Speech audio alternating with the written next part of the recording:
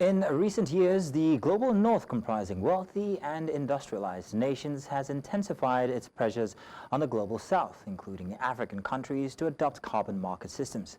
However, many experts and activists are raising concerns about the implications of these markets for nations like Nigeria and across Africa.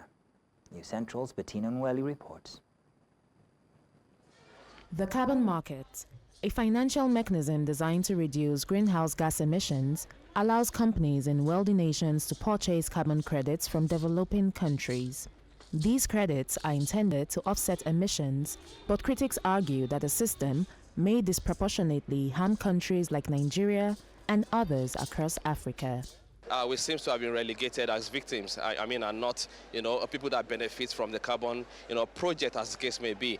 And then we see the hard and the high effect of corporations across Nigeria, and what they do is to smite to the bank at the expense of people in the frontline communities who also are the ones bearing the brunt. So it's not something that we encourage as Africans or as Nigerians, so to say.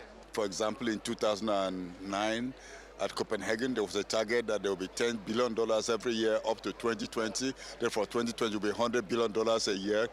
That target was not met. In fact, the deadline was shifted.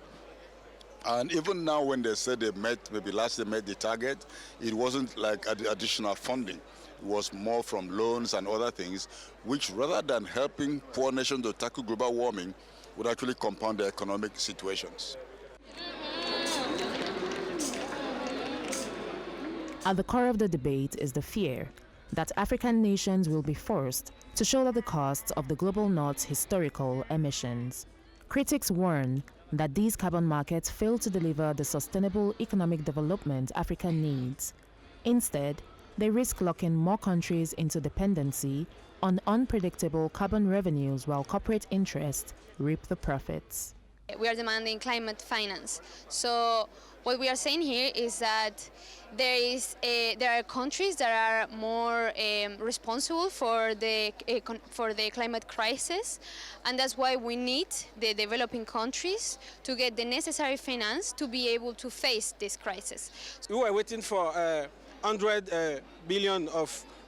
Now we are talking about $5 trillion to facing climate change. So COP29 is is the COP of finance before we go to Brazil next year, and then we will move forward to all those adaptation and mitigation questions which are also staying.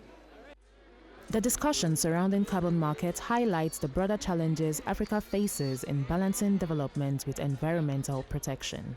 With growing pressure from the global north to implement these schemes, many are advocating for a fresh approach, one that prioritizes the needs of the people and acknowledges Africa's right to sustainable development. In Azerbaijan, for News Central, I am Bettina Nwelih.